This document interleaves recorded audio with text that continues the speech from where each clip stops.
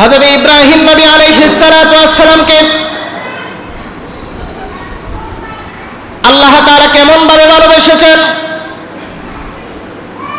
ইব্রাহিম নবী বললেন, আল্লাহ এমন কি তোমার ভালোবাসা, আমি তো তোমার কাছে কোনো ভুল করি নাই, আমি তো তোমার কথার অমান্য কখনো হয় নাই, এটা তোমার কেমন পরীক্ষা।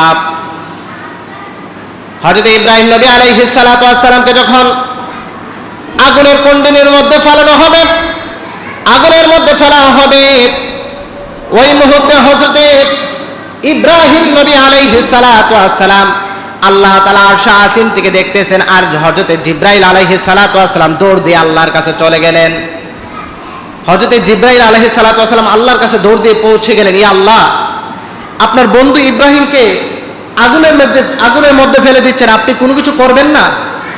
জিবরাইল আলাইহিস সালাতু ওয়াস সালাম বলেন, হে আল্লাহ, তোমার বন্ধুকে আগুনের মধ্যে ফেলে দিচ্ছে, তুমি কোনো কিছু করবে না?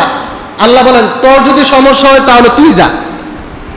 জিবরাইলকে বলে, তোমার যদি সময় এতই মায়া লাগে তাহলে তুমি যাও।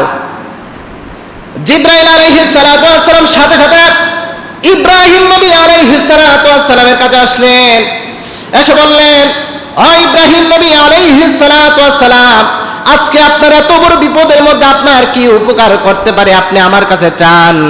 হযরত ইব্রাহিম নবী আলাইহিস সালাতু ওয়াস সালাম বললেন, ও জিবরাইল, তুমি আমাকে, আমি তো তোমার জন্য আগুনের মধ্যে পড়ি নাই, আমি যে মালিকের জন্য আগুনের মধ্যে পড়েছি, ওই মালিকের কি চোখ নাই? ওই মালিক কি কোনো কিছু দেখে না? আমি তোমার কোনো সাহায্য চাই না, যে মালিকের জন্য আমি আগুনের মধ্যে ঝাঁপ দিয়েছি ওই মালিকে আমার হেফাজত করবে। তোমার কাছে আমি কি চাবো? তোমার জন্য তো আমি আগুনের মধ্যে পড়ি নাই, আমি তোমার জন্য পড়ছি, যে মালিকের জন্য পড়ছি ওই মালিকের চোখ নাই? ওই মালিকের কি কান নাই? ওই মালিক কি দেখে না?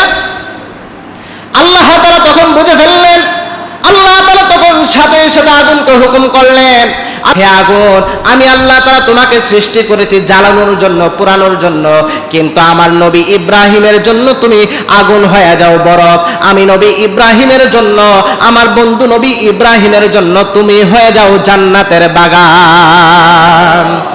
তাহলে আল্লাহর ভালোবাসা হচ্ছে বিপদ দিবে, আবার আল্লাহই বিপদ থেকে উদ্ধার করবে। আর মানুষের ভালোবাসা হচ্ছে কিছুদিন যাবে আবার খোঁটা দিবে, উপকার করবে আবার খোঁটা দিবে। কিন্তু আল্লাহর ভালোবাসা হচ্ছে আপনাকে আগে পরীক্ষায় ফেলবে, তারপর আল্লাহ নিজেই আপনাকে বিপদ থেকে উদ্ধার করবে। হযরত ইউনূস নবীকে আল্লাহ তাআলা মাছের পেটে ফেলেছেন, আবার উদ্ধার করেছেন।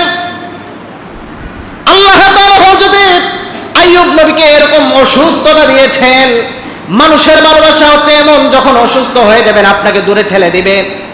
হযরত আইয়ুব নবীকে তার সমাজ তাকে দূরে ঠেলে দিয়েছেন, আবার আল্লাহ তাআলা তাকে ভালোবেসে সুস্থ করে দিয়েছেন। হযরত আদম সফিউল্লাহ, আমাদের আদি পিতাকে আল্লাহ তাআলা পরীক্ষা দিয়েছেন, পরীক্ষার মধ্যে তিনি কান্নাকাটি করেছেন। কান্নাকাটি করতে করতে যখন পড়েছেন, রব্বানা যালামনা আনফুসানা ওয়া ইল্লাম তাগফির লানা ওয়া তারহামনা লানাকুনান্না মিনাল খাসিরিন, জবান খুলে কি একবার আল্লাহু আকবার বলা যায় না? আল্লাহ তাআলা হযরতে ইউনূস নবীকে আল্লাহ তাআলা মাছের পেট থেকে উদ্ধার করেছেন। হযরত আইয়ুব নবীকে সুস্থতা থেকে আল্লাহ তাআলা, অসুস্থতা থেকে আল্লাহ তাআলা সুস্থ করেছেন। হযরত আদম সফিউল্লাহকে আল্লাহ তাআলা বিপদ থেকে উদ্ধার করেছেন। ঠিক তেমন করে আল্লাহ তাআলার ভালোবাসা হচ্ছে আগে বিপদ দিবে তারপর উদ্ধার করবে, আর মানুষের ভালোবাসা হচ্ছে আগে ভালোবাসবে পরে আপনাকে খোঁটা দিবে।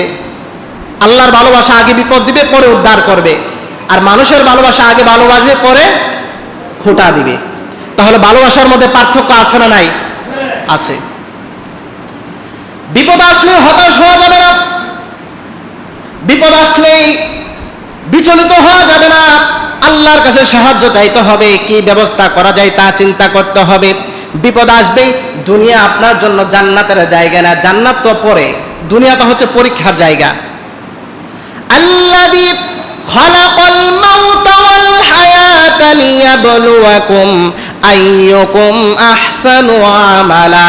আল্লাহ তাআলা 29 পারা প্রথম নাম্বার পৃষ্ঠা সূরা মুলকের 2 নাম্বার আয়াতে আল্লাহ তাআলা বলেন, আল্লাযী খালাকাল মাউতা ওয়াল হায়াতা লিয়াবলুয়াকুম আইয়ুকুম আহসানু আমালা।